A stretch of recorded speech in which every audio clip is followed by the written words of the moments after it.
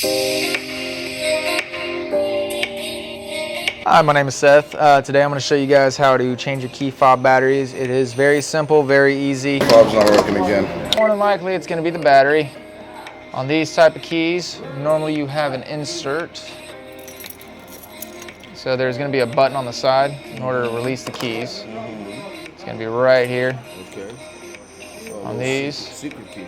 Oh yeah, this is to get yourself into the door when this is dead and doesn't work. Usually it'll say transmitter battery low, replace key fob battery. You'll see some kind of message, or if you walk out and clicking doesn't work, there's a good chance it's the battery.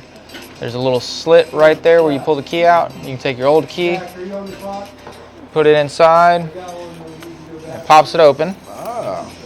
Once it does, your battery will be sitting right on the inside right here. So you don't have to touch this portion of it. All you're going to need is the battery that's going to be sitting there. If you have a small flathead or something you can get in there to pry it out, you just pop the battery out. Take your new battery, put it right back in, and then your key goes right back together, like so.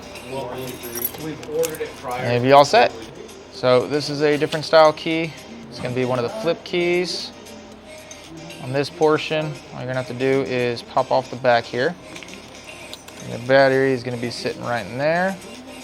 However you pull it out, there's a positive and negative side. Usually positive is down. So you will put the positive side in, clamp it all back together, and you're all set.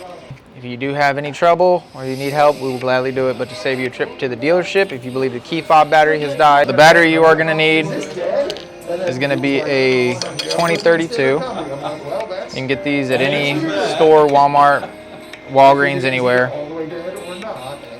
And then you just pop them back in. They're not hard to do. They are a little weird at first. So if you do not feel comfortable, you're more than welcome to bring them in. We'll replace them for you.